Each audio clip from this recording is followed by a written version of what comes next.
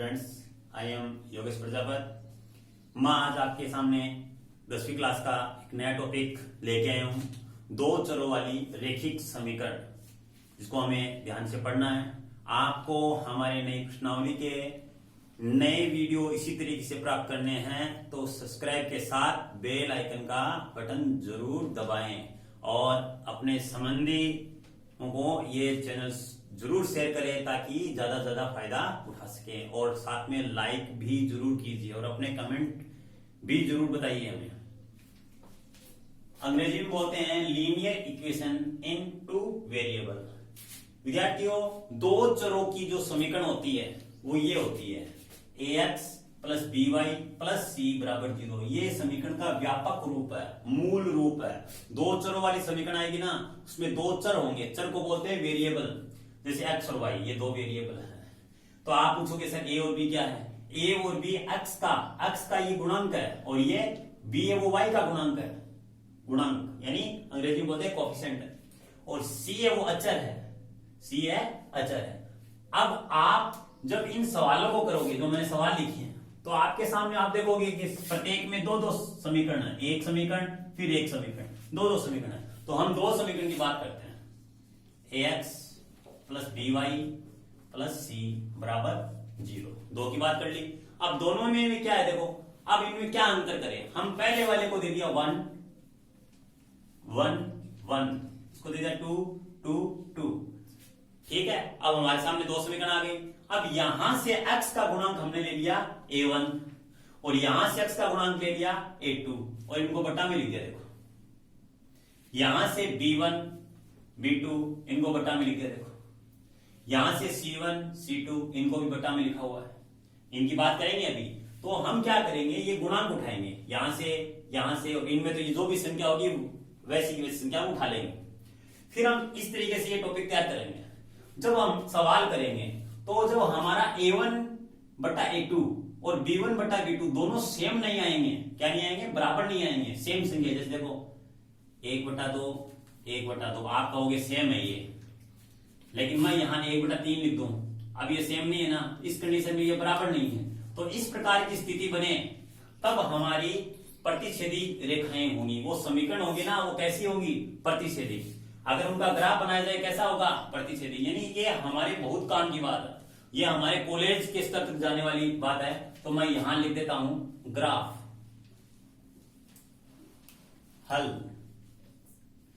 अगर a1 बटा a2 आप निकालते हो और यहां से b1 बटा b2 आपका बराबर नहीं आता है, सेम नहीं आता है, तो उस स्थिति में आपका ग्राफ कैसा बनेगा, उस समय आपका ग्राफ कटेगा, कहीं पर भी कटे। ग्राफ पेपर होगा उसमें कहीं ना कहीं आपका ग्राफ कटेगा जरूर। और जो समीकरण कटती है ना उनके एक हल होते हैं, क्यों, वो एक ही बार कटती है। तो उसमें हलों की संख्या कितनी होती है, एक। तो हम लिखेंगे एक हल, या फिर हिंदी में लिखना आपको ये सारणी बनानी है, मैं आपको ये काम में देने वाला हूं। तो यहां लिखेंगे एक हल, या फिर लिख सकते हैं अद्वितीय हल। क्या लिख सकते हैं, अद्वितीय हल। इसके बाद जिनके हल होते हैं ना वो क्या कहलाते हैं, संगत कहलाते हैं। क्या कहलाते हैं, संगत। तो ये क्या है, संगत है। इसके बाद आपने a1 बटा a2 बनाया, b1 बटा b2 बनाया, लेकिन दोनों बराबर थे, लेकिन c1 बटा c2 क्या नहीं आया, बराबर नहीं है, यहाँ बराबर नहीं है, देखो काट दिया। तो ऐसी स्थिति आ जाएगी ना, जब दो बराबर हो जाएंगे शुरू वाले, तीसरा बराबर नहीं होगा, उस स्थिति में आपकी रेखाएं कैसी होंगी, समांतर रेखाएं। कैसी होंगी, समांतर रेखाओं की ये जांच है इस तरीके से। तो हम ये समांतर रेखाएं हमेशा ग्राफ में दूर दूर रहती हैं, कभी एक दूसरे को काटती नहीं है। कैसे भी चलेगी, जैसे ऐसे चलेगी तो दूर दूर, ऐसे चलेगी तो दूर दूर, कैसे भी चले वो दूर दूर चलेगी। जैसे पटरी होती है ना दूर दूर, वैसे, लेकिन ये सीधी चलती है, ठीक है। तो ये काटेगी नहीं, तो इनका कोई हल नहीं होता, इनका कोई हल नहीं। और जिनका हल नहीं होता, जो मिलते नहीं है, तो उनको बोलते हैं हम असंगत। क्या बोलते हैं, असंगत। तो ये असंगत हो गए। इसके बाद जिसमें आपने किया कि पहला भी 1/2 आया, दूसरा भी 1/2, तीसरा भी 1/2, तीनों ही बराबर आ गए इस कंडीशन में, तो अब आप कहोगे कि ये समपाती रेखाएं हैं। कैसी रेखाएं हैं? समपाती रेखाएं। तो ये समपाती रेखाएं हैं, तो समपाती रेखाएं एक दूसरे के ऊपर होती है। जैसे आपने एक खींच दी तो दूसरी जो रेखा आएगी वो भी इसके ऊपर ही आएगी। तो ये बार बार एक दूसरे को काटती है, इसलिए इनके हल होते हैं अनेक हल। अनेक हल या अनंत हल। ये भी क्या होते हैं? संगत। जिनके हल होते हैं वो होते हैं संगत। चलो हम एक सवाल में इसकी जांच करते हैं, और जांच करते हैं तो देखो ये सवाल ले लिया हमने। सवाल लिया तो इसमें से देखो x के आगे क्या होता है? a1। तो a1 का मान कितना हो गया?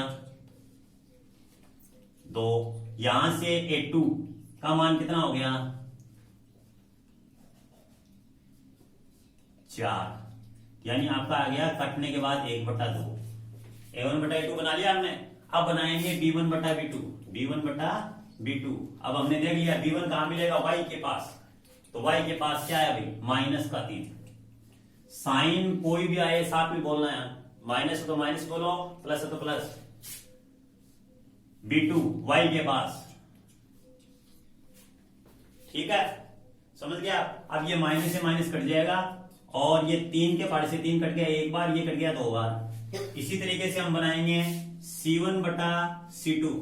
ध्यान देना विद्यार्थियों, इस समीकरण में बराबर के इधर क्या है? 0 है। यानी c इधर नहीं पढ़ना है, c को हमेशा इधर पढ़ना है। तो इधर पढ़ेंगे तो ये आपका 8 इधर आगे किसका हो जाएगा? तो आपकी समीकरण बन जाएगी 2x माइनस के 3y, और ये -8 बराबर में क्या हो गया? 0। तो c1 का मान हो गया -8। ऐसे ही ये 9 इधर आएगा तो 9 किसका हो जाएगा? माइनस का। तो माइनस से माइनस कट जाएगा, क्या आ गया? 8/9। यानी क्या हुआ? a1/a2 का मान क्या आया? 1/2। b1/b2 का मान क्या आया? 1/2। लेकिन c1/c2 का मान इन दोनों के बराबर नहीं आया। तो हम कह सकते हैं कि a1/a2 बराबर b1/b2 नॉट इक्वल c1/c2। इसका मतलब तीसरा बराबर नहीं है। तीसरा बराबर नहीं है तो कौन सी स्थिति में आ गए हम? इसमें आ गए। इसका मतलब इनका यदि ग्राफ बनाया जाए तो वो कभी कटेगा नहीं। इनकी रेखाएं क्या होंगी? दूर दूर होंगी। तो आपसे क्या क्या पूछा जा सकता है? अब आपसे ये पूछ सकता है कि ये समीकरणें कैसी हैं, तो आप बताओगे समांतर है। आपसे पूछा जाए इनके हल कितने होंगे, तो आप क्या बताओगे? कोई हल नहीं होगा, क्योंकि ये समांतर है। फिर ग्राफ कैसा बनेगा? तो आपको पता ही है, दूर दूर रहेंगी। एक बात और पूछ सकता है कि संगत है या असंगत, तो आप क्या बताओगे? असंगत। अब मैं नीचे आपके लिए सवाल लिख रहा हूं। सवाल नंबर 2, सवाल नंबर 3 और सवाल नंबर 4, ये आपको जरूर करना है। अगर आपको कोई सवाल नहीं आता है तो आपको मेरे को YouTube पे जो अपना चैनल है उसके कमेंट बॉक्स में जरूर बताओगे, सर हमें ये सवाल बताना है, ताकि मैं अगली क्लास में आपको ये सवाल बताऊंगा। ठीक है, धन्यवाद। आप हमारे चैनल को साथ बने रहिए इसी प्रकार।